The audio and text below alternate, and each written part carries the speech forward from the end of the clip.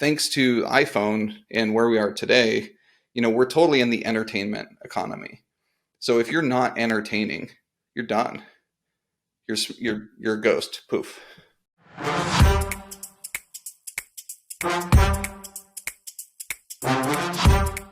Hey, what's going on, everybody? Joel Irway here, and welcome to a very special episode of Experts Unleashed. You are in for an amazing treat here today. I've got a very special guest, Jimmy Parent, who is joining me here today, and you are going to love this episode because if you want to learn how to sell more of your stuff through humor, through conversational copy, through just acting like a normal human being, we're going to jam on all sorts of different ways to be persuasive, to be funny, and to inspire your audience and inspire your customers to take more action with you. Now, I met Jimmy, probably years ago now in a copywriting mastermind, a copywriting mentorship group. Kevin Rogers, I remember seeing him in there. I don't remember officially where we met Jimmy, but we've been friends. We've been connected for, I'd say, at least 4 years now, and going back and forth. And I've seen your name pop up all over the place. We've connected and collaborated on some projects together, and I'm really, really excited to see where you're going and to see what you're doing now with your clients and with the businesses that you work with, and helping them evolve and helping them implement this type of messaging in their business to just be more relatable to their customers. So without further ado, Jimmy, welcome to the show, my man. Thanks, brother. Glad to be here. It's wonderful to see your handsome face again. Well, I remember, I don't know, a couple months ago, we were working on a project together, and your background is beautiful, by the way. It's like, oh, thank you. Like blue, yeah, black light. Majestic. It's you look great. You look great. Thanks. Well, so we're talking about being funny here today, right? We're talking about just conversations that convert and just being more relatable to our target audience. Give my listeners a quick background about before I go and spoil it. Give our listeners a quick background about what brought us here today and what are we going to be, what led you to now kind of staking your claim as being, this is my flag. This is what I'm going to be known for. Like, how do we get to this point? Yeah. So first I was born as a baby, right? Some stuff happened in between there, and then I discovered sales, right? So I'm the classic ADD entrepreneur. I've literally had 21 different jobs and attempted careers that were like, some of them got pretty far off the ground. Some of them were, false starts. And it was just, this isn't right. This isn't right. Then I stumbled into sales. I said, oh, this is awesome. This is so awesome. I can actually make money. I thought this is really cool. Yeah. All I got to do is talk to people and and make money. And so stumbled into that. That was super awesome. And then I was working at the sales gig where I was like, you know what? People are calling in ready to hand me their money. I'm like, why am I getting on the phone with them and selling them? And so I was like, I don't know. So I'd see someone come in, they had a call booking on our calendar system. And so I'd see their phone number and I would just text them. Hey, this is Jimmy from such and such company. Saw you were interested in this thing. Is that right? They're like, yeah. I'm like, okay, did you have any questions for me?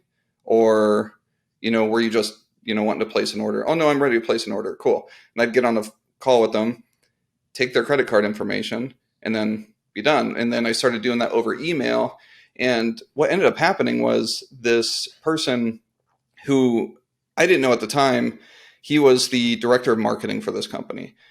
He's like pulled me into a meeting, and like my sales supervisors were all upset with me. And then he was stoked and I'm like super confused at what's going on. He says, I didn't know you were a copywriter.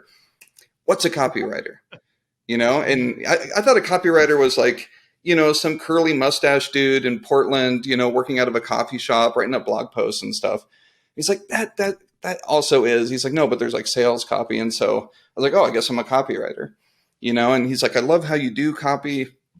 And, can you do more? Yeah, let's do more. And it was like my copy was 2 lines and then a GIF, right? And it's like of just some meme of someone doing something dumb. And people loved it and they sent me money. was like, this is cool.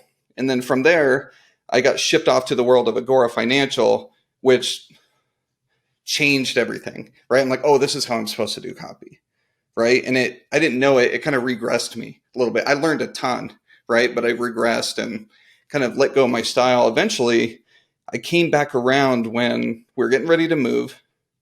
We are like a year out from moving. We knew we were going to move. And my wife says, Jimmy, I have this thing. I have these old couches. I have this piece of furniture. I have this old bread maker. We have this camera. Like, I need you to sell it.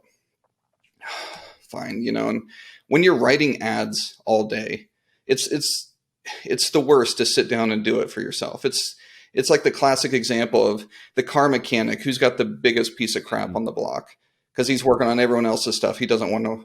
He doesn't. I just don't want to fix my own thing. And I was like, well, you know what? Just screw it. And so I literally just didn't care. Gave zero cares. Just typed something up. Did it from my phone. Hit submit. I'm like, oh, someone will buy this thing. And the ad took off. And people were sharing it. And this first one got something like 380 something shares and thousands of comments across these different groups. And I was like, oh, that's neat.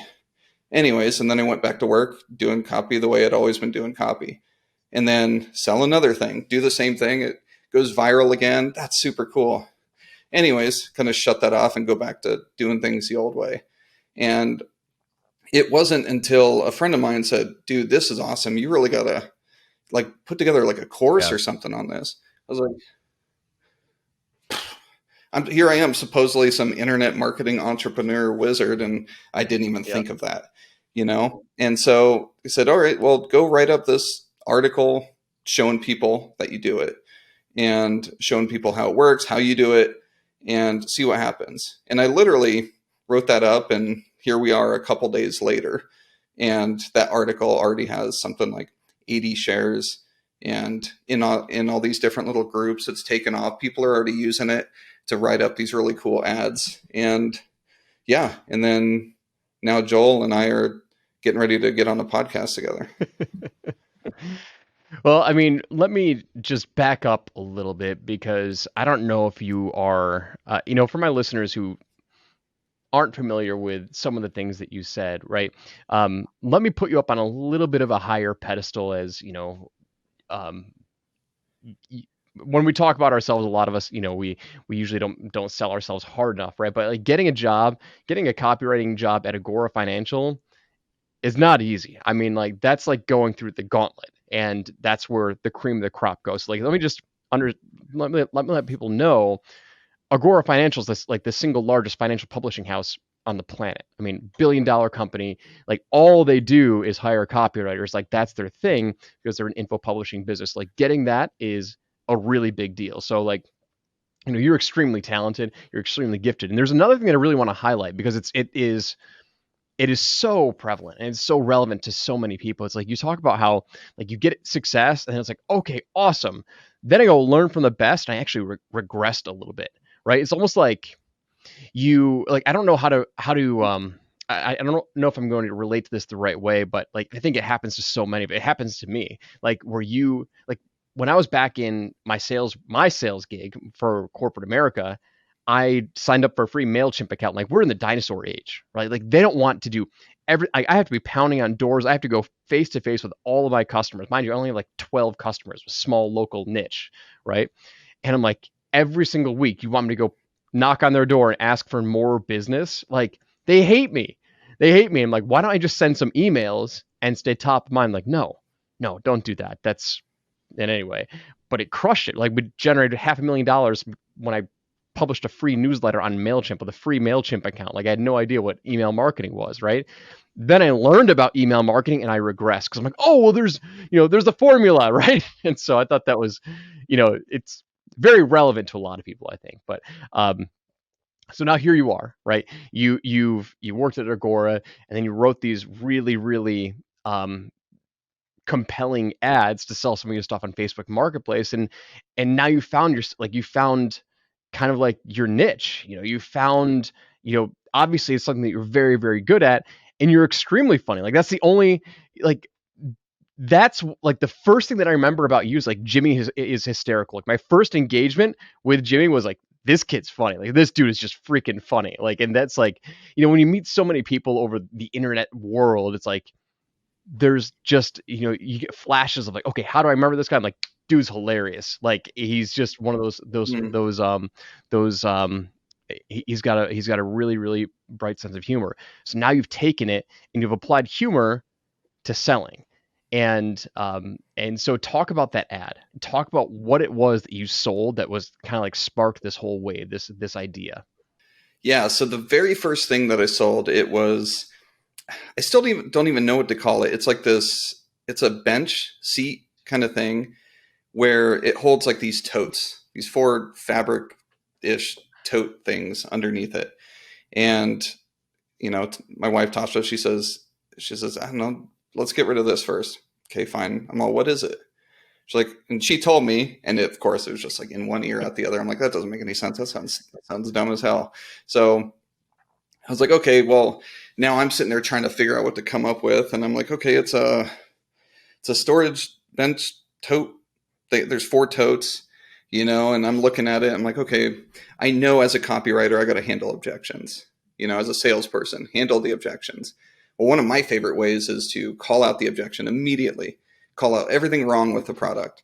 And then that way they trust you. They're like, oh, he told me everything that's wrong with it. I don't have to go fishing for it. And so that was the headline. It was storage bench with 4 totes and a stain. And apparently people thought that was genius. I'm like, I don't know, just saying what was wrong with it. And then I opened up the ad as, because whenever you start any type of ad, you want to orient the reader, orient the viewer, to say like, hey, here's the situation. And so I said, you know what? I think I got my wife figured out, because every time she wants me to sell something, it's because she's about to buy something way more expensive to replace it. And then me, I was like, thinking, which is great because I hate having $400, right? And so I just wrote all that, and I'm just writing this out. Here's what we used it for, and then I was like, but honestly, use it for whatever you want, And then I dialed that up. I was like, I know you're thinking, I'm not going to let some dude mansplain to me what I'm going to do with this thing. I was like, so you can hold books, toys, grain, whatever you want in this thing. And I was like, okay, well, now I got to describe it, right? It's like the actual things. It's like, how do I transition into that? Now I know what you're thinking. Hey, Jimmy, is it about this big and this wide and this tall? And does it also have 4 totes and all that stuff? And I put that in quotes. I'm like, oh, well, obviously it has all that stuff, right? And then I don't even remember. I know I went off the rails, as if I wasn't already off the rails. I went off the rails Jimmy style after that, and then brought it back in. Like, anyway, so if you want to buy it, message me here.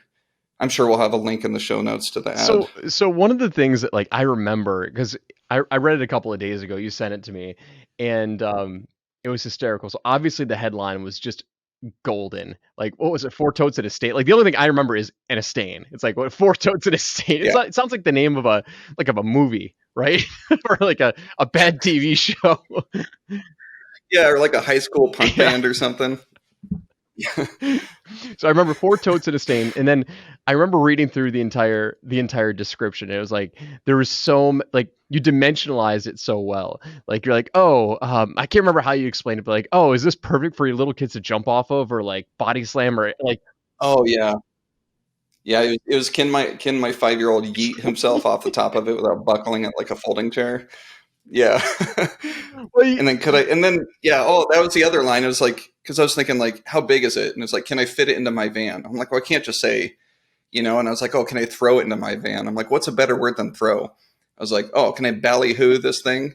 And I was like, okay, it looks like cubicles for small people. Oh, can I ballyhoo this midget cubicle farm into the back of my Honda Odyssey and still go pick up my Walmart order after that? I was like, yeah, of course I can. So the reason why I'm laughing so hard is because you used the word yeet, and I have no idea what yeet means, and so my mind is running wild. And like, I think there's power to that. I mean, there's like when you like get into Mm-hmm. the world of humor, like you have to tap into like just letting their mind run wild. And like, so to me, yeet is like Yeah. either yakking or like body slamming or just like completely freaking like destroying the thing. Because I've got a 5-year-old, and the only thing he wants to do is pick it up and see how far he can throw it. It doesn't matter what it is. It can be a rubber ball. It could be his sister. It could be 3 shoes and a stain. Like, it could be anything. Yeah. And so here I am trying to figure out what the hell yeet means. And like, I just see my son just climbing on top of it and launching himself back like out in the Yep. air. And so, I mean, all of this produces engagement, right? And like engagement gets people to pay attention. Like in the world of we're in the attention business. That's all we are. Like to sell stuff, like you have to get their attention. You have to capture their attention. You have to hold their attention, and hopefully they'll share it with their friends and family. And it's like, out of curiosity, how fast did that thing sell? I mean, like, thousands of comments, right? Tons of shares, thousands of comments. Like, how fast did it sell? Well, I was getting hit with messages right away, right? And of course, the first 600 messages were from some scammer wanting my cell phone number so I can lose all my money, But then the actual locals started popping up. It was less than 4 hours. Yeah. Yeah, less than 4 hours. But I just left that. I was like, this is fun, so I just left it up and let it run. And people were messaging me. I'm like, I can't. Like, I was getting dozens and dozens of messages, and I was like, I can't.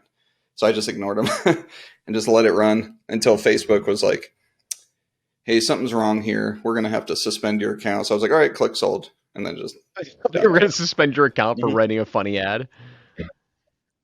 They're like suspicious activity. I'd never seen anything like it before. So yeah, Over engaged. which is weird. I'm like, I thought that's what Yeah. Facebook wants. Facebook wants. Anyways, that's neither here nor there, right? Yeah. So Well, so yeah. so did you get full asking price for it? Oh, of course I did. Yeah. So uh, that's the best part, man. Is like, so in the world of marketing and sales, it's like you have a product. It's selling it for $50 or something, right? And if you only have one person looking at it, and they're the only person who responds, they have all the Mhm. leverage. As soon as you have 2 people, right? Well, now you can get them to battle each other instead of you. Well, if you can get 1,000 people looking at it and wanting it, all of a sudden you have all the leverage. You don't have to do anything that they want, that they ask for. You get exactly what you want out of it. Yeah, so it just got eyeballs on it. And that was really my whole approach. I just want more people looking at it. And that was the offhanded thought that I had as I wrote this up. Yeah.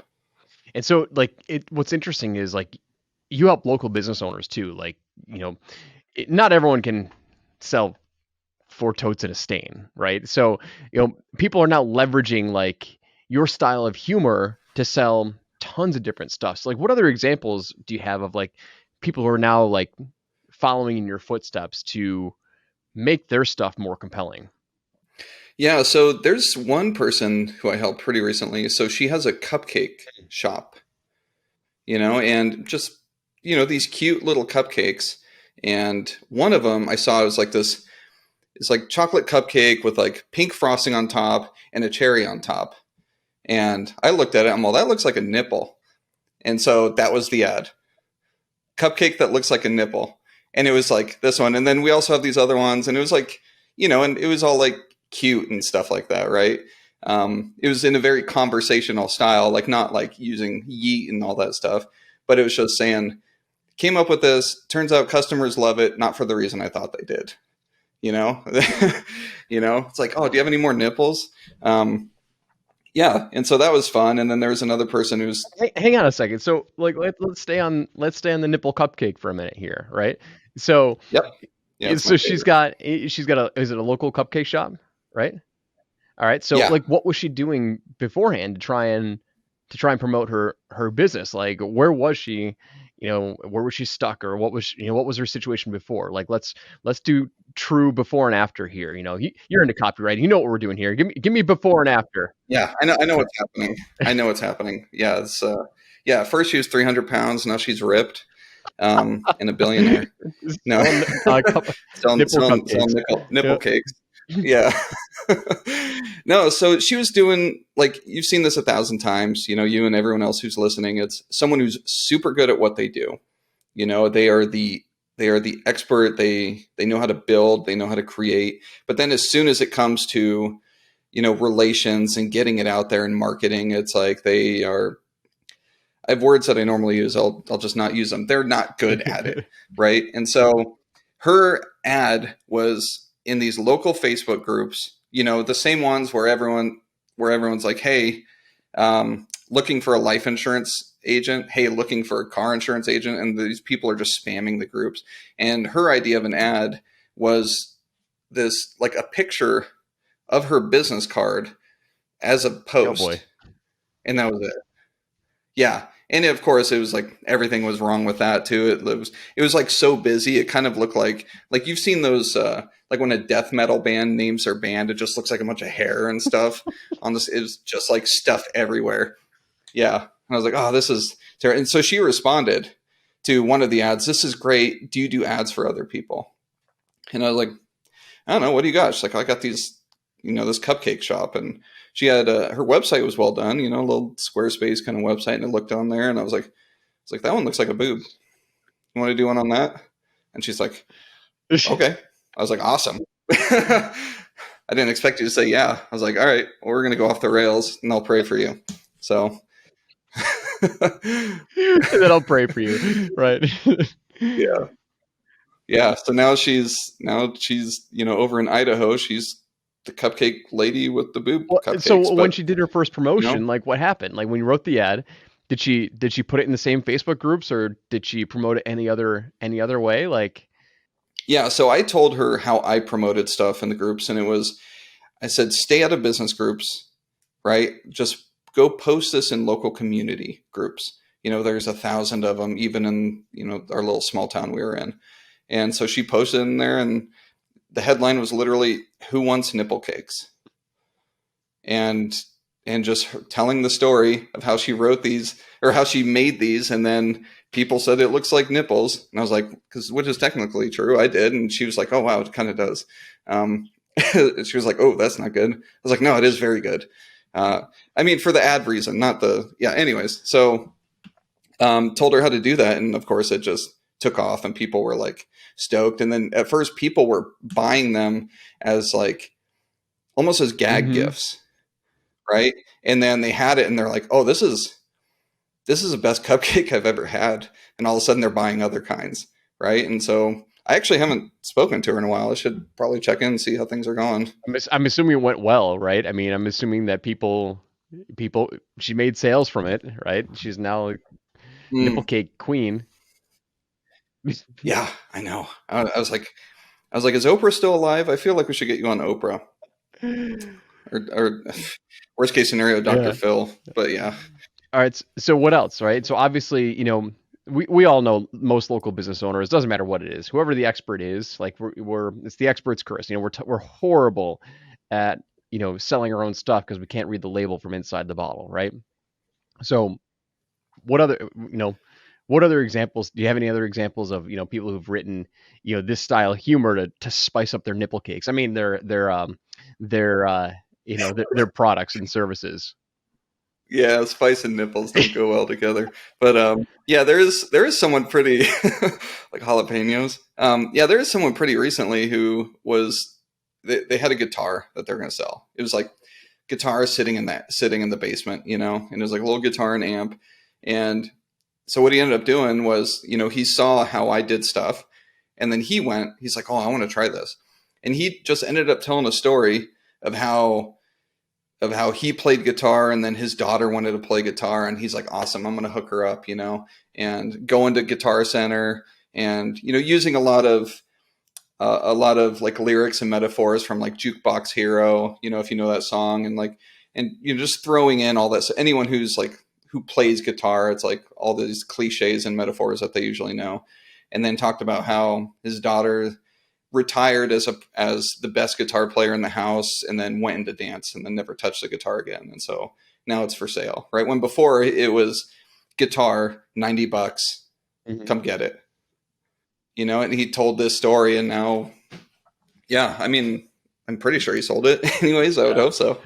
It's this is the stuff that I love, right? Because, and I'm sure this is the stuff that gets you out of bed like every morning now. It's like, when you are Yeah. able to help tell the stories and you're able to, insert a little bit of flair, a little bit of humor, because that's all sales, not that's all sales and persuasion, but like, you know, we talk about, people know the idea of you got to stand out, like you got to separate yourself, and there's so much value in being able to just be off the wall and weird and different in your own style, in your own way, and there's it's memes are one of the like best ways, like one of the most unique ways to like close clients, right? Is like send them funny shit, send them funny memes, like, Yeah. and like Yeah. if you can just inject some humor, it helps cut the tension, and it helps grab attention and cut the tension of any potential, Yeah. sales tension that might be there, right? So I'm wondering your opinion on that, like, where do you see like humor playing a role like in the average mom and pop shop, or in the average, like, because I'm assuming there could be people watching right now like, oh well, humor's not my style, or like that's not my brand, right? Do you like, how do you apply this to someone who might not want to advertise? Like, there's no way I could advertise a nipple cake, right? Even if I got it cupcakes, like that's not my style. Like, do you ever get people saying that, like, oh, that's just, they're nervous to do that, to kind of take a step out like that? Yeah. So there's a few ways that I handle that, So to take a step back, just a short step back, if you look at the science of persuasion, right? And like you step outside of sales and all that, one of my favorite worlds to study persuasion is with children and child psychology. And one of the hardest sections or areas of life where it's so hard to persuade children is usually with school, right? How do you get them to want to learn something, right? And so I dove into that world. It's a whole world called epistemology, which is like the study of, or the knowledge and study of learning, right? And so they broke this down into, it's an epistemic emotional sequence. It's not necessarily words or things, but it's feelings, right? And so if you can bring people through this arc of, this arc and wave of emotions, right? And so the first thing you got to do, which is relevant to what we're doing, and I'll keep it on this thing, is you got to get their attention, right? Which we talked about. And so I thought, everyone says that, I was thinking of it in the marketing sense of the big idea, right? You want to get their attention. It has to be surprising. Like, okay, well, we're going one step further, surprise. And then most people leave it at that. Oh yeah, just be surprising. But I'm like, well, what does surprise even mean? Someone had to have studied this. Like, what is the definition of Mm-hmm. surprise? Right. And then as I kept digging down the rabbit hole, it comes down to being unexpected. Well, in order to know what's unexpected, you have to know what's expected, right? And so if you have someone who's like, you imagine a scene where it's a grassy hill, there's a grandma at the top of the hill with a giant foam airplane. You've seen them throw them, they blow around in the wind, and her son's or her grandson's at the bottom. Okay. And so the camera's on the grandma. She throws this giant airplane and it pans over, it follows the airplane, and then the son catches it. And it's fun. And it pans back to grandma and she's tumbling down the hill. Turns out she like completely fell over when she threw it, and you didn't know it until the camera panned back. And she's like catapulting down the hill, just like, ballyhooing herself all over the place. And it catches your attention because you didn't expect that, And so if you look at any good idea, it's something unexpected. Like if you see a TV where someone turns it off and it turns transparent, it's like, oh, that's cool. I didn't expect that. Today, if you had a TV that was flat instead of giant and deep, that's nothing new. Once upon a time, that was Mm-hmm. unexpected.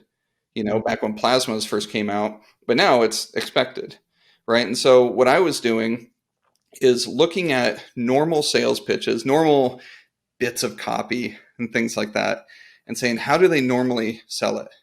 Well, people normally sell it by hiding the objections or trying to justify them. And I was like, well, I'm just going to go out there and do the exact opposite and acknowledge it. And then most people will use words like throw. I'm going to use yeet. Most people will say something like I don't know, you can slide it around, okay? And I'm going to say you'll just ice rink it because ice rinks you can slide on, or like another way that I like to say throw, is, and I promise we're going to get back to the people who have objections about doing this at all. So if you look at the word throw, right, there's a lot of stuff that happens. There's the action of it. There's what happens when you throw it. There's what happens to the object you're throwing. There's a sound that it makes, so like throwing a football, you can say you can spiral the ball, or a basketball, you shoot it through the hoop. You can say you're going to swish the ball, or if you're going to talk about throwing the ball really far, you can say, I'm going to Joe Montana this thing, so instead of saying, I don't know, I'm going to throw this nipple cake down the road, I'm going to Joe Montana a miniature boob, across the sky, when all you're saying is throwing a cupcake. So saying all that stuff is completely unexpected. And it's also like, oh, this is like a little dopamine snack. I want more. This was fun. And then next thing you know, it's like doom scrolling through Facebook or YouTube. I just want more and more and more. And then before you know it, they're at the end. And then that's where, when someone says, hey, Jimmy, I don't know if this will work for me. I don't know if someone will read all that. I was like, well, you read through this whole article. And so I started putting that in some of the ads. If you're a business owner, if you're wondering if this will work for you, well, consider this, that you read through this whole thing and got to this part that you're reading it and you're considering doing this for your business. Imagine if you had that kind of ad. And so it kind of, what do they say? The most powerful form of proof is demonstration. And so I would just point out, by the way, I just demonstrated this to you and you didn't even know it. Yeah. Did I answer the question? Yeah, you did answer it, right? Because like the question that I proposed, like, well, what if somebody doesn't want to sell nipple cakes? Meaning, like, what if somebody doesn't want to be like that abrasive with their humor, right? I think what you were explaining is that there are different styles and different ways to kind of grab that attention, right? It doesn't have to be so vulgar or so, off the beaten frankly. path. But but what I love what you said, which is, what was their what was their expected I can't remember exactly how you framed it, but it's like, doing exactly the opposite of what they're of what they're used to. It's like, if I'm gonna grab their attention, then I have to understand, like, what's their expectation coming into it, so I can basically do the opposite, so I can be that polarizing mechanism to grab their attention. Does that make sense? Yeah, it does make sense. I mean, if you go into a comedy club and someone gets on stage and says something funny, that's not unexpected. Yep. It still might be funny, and the thing he's talking about, might be funny, but like overall, the situation is not unexpected. If anything, if he goes up there and says stuff and it's not funny, or it just sounds like a mean speech, when he's trying to be funny, that's like a negative response, right? And so it's okay. But if you're in a world of, like we were talking about Facebook Marketplace, where everyone's so lame, just like all their ads are beige, or it sounds like a caveman. It's like his first day with a keyboard, and just like mashing out something, truck dirty, $30, and that's it, and then it's like a photo of like a tail light. And it's like, okay, that's what people expect. And then regular advertising, everyone's so serious, so if you go up there and just completely are irreverent, it's unexpected and it's so refreshing, and my whole philosophy behind this is it doesn't have to be funny. There's a lot of instances where you probably don't want to be funny, but the point is the economy's changed. It was, once upon a time, it was, a farm economy. And then after that, it was the industrial economy, and then the information economy. Well, thanks to iPhone and where we are today, we're totally in the entertainment economy. So if you're not entertaining, you're done. You're a ghost. Yep. Poof. some of the best ads that I ever wrote were humor based. And not I would say personality based more so than anything. Person, thank you. That's a great way to put that. Yeah. Personality based. So, like identity and personality based. I remember I wrote an ad for our agency, and all I talked about was how every Thursday I ride around with my son on my Cub Cadet, right? And we cut my lawn every Thursday. And, we live in this tiny ass village in north of Niagara Falls, and people think I'm weird because I got these big ass bulky wireless headphones on in a backpack, and so I've gotten stopped by the police because they think that I'm you know a suspicious white male in our village because I've got a rucksack on and some headphones, and like, hey boy, what are you doing? And so like I talk about that Yeah. stuff, and it just grabs attention, and it builds a quick bond with the readers, and it's like, wow, this is different, right? It was that was our best converting ad ever, was when I talked about that stuff. Like every Thursday, I ride around my Cub Cadet. I work this many hours a day. I we live in this tiny ass town in upstate New York, and um, it works. It's just finding your unique spin on it and finding like, all right, how do I take this thing that everyone knows what it is? How do I build a story around it? How do I make it relatable? And how do I inject my personality that gets people to be like, hey, I want to support this local business. Hey, I want to go buy, and find unique angles that you didn't even know. I'm going to go buy this nipple cake as a gag gift, right? Oh, cool. Maybe I found a new market, new subset of customers that I can sell to. Um, Yeah, it's like a fetish nobody wanted. uh, What's the upsell for that one? Like handcuffs or something? I don't know. maybe I don't know, maybe lingerie, who knows? So Yeah, edible and chocolate sauce and yeah, cupcakes and I love it, dude. Like yeah, I handcuffs. there's the world needs more of this stuff because like you don't need a degree, and I'm not trying to like minimize your ability, but like you don't need a degree to sell for a cupcake person to get more customers coming into their shop, right? People think that it's so hard to be persuasive and be attractive and get more customers and get more clients. And I mean, I'm not going to say it's easy, because if it was easy, everybody would do it. But you know, personality sells, and being relatable sells, and people love to support small business. Man, we ran a local event here in our village to support veterans, and it's the easiest thing. Like it's crazy. Like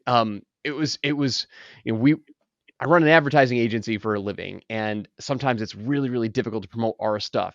You go in and you help the local community, and everybody just wants to share it. Like everybody just wants to shout from the rooftops, "Hey, we're supporting veterans over here!" Like it was the easiest thing to get 3, 4, 500 customers to go in and support that event, and it's like all because it was for a good cause. It was relatable, and it had a great story. And I think like the overarching theme of this is kind of along those lines. If you can inject humor and sell some nipple cakes, like freaking bonus. Yeah, yeah. I mean, I don't know. Maybe it works selling catheters too, right? But it's like going out there with your personality, and instead of telling people what you think they want to hear, right? Just tell them what you have to say in the way that you say it.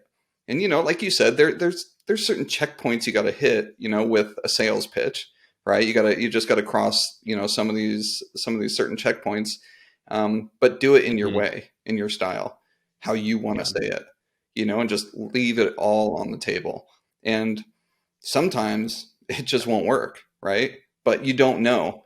It's probably going to work better than if you had tried to write this like sterile kind of templated, here's what the guru says to Yeah. do, and put it out there. At least, hey, you know what? A lot of people liked it.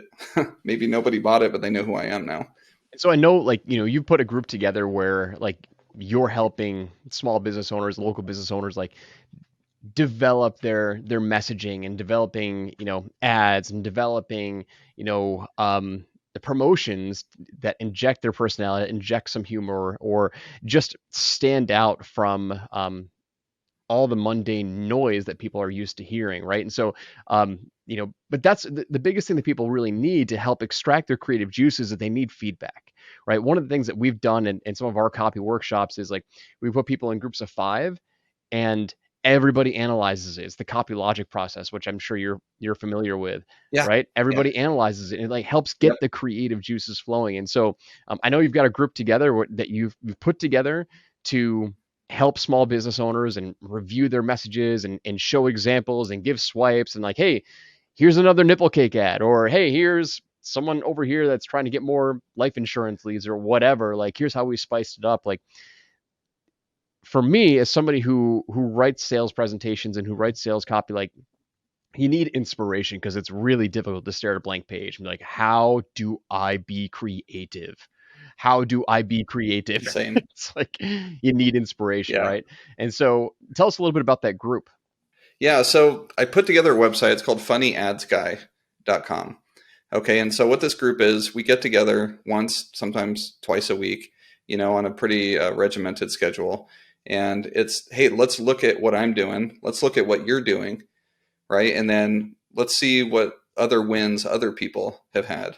And, of course, there's all the usual stuff inside of a group, like here's all the buzzwords I like to use. Here's this special kind of, irreverent thesaurus I have. Here's how to open, here's headline ideas, here's how to close it, all while, being irreverent, being funny, just being conversational, having personality, without being pushy, and applying that sales pressure. Like, people fall through the sales pitch and they have no idea that they were sold.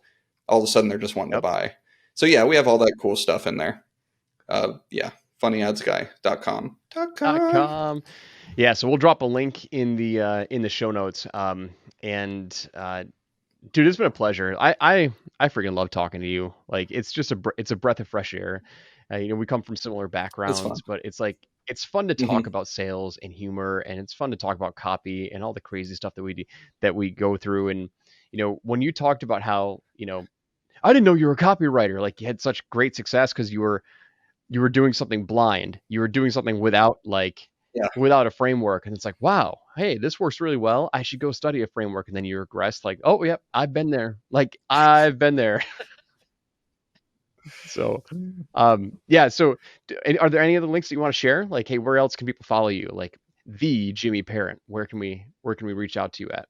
Yeah, so I'm kicking off YouTube. You can find me on Facebook. Just add me, follow me. I am probably the most irresponsible person with social media because it's just nonstop memes and questionable things, but it's all just, this is how I think, this is how I roll. I just put it all out there.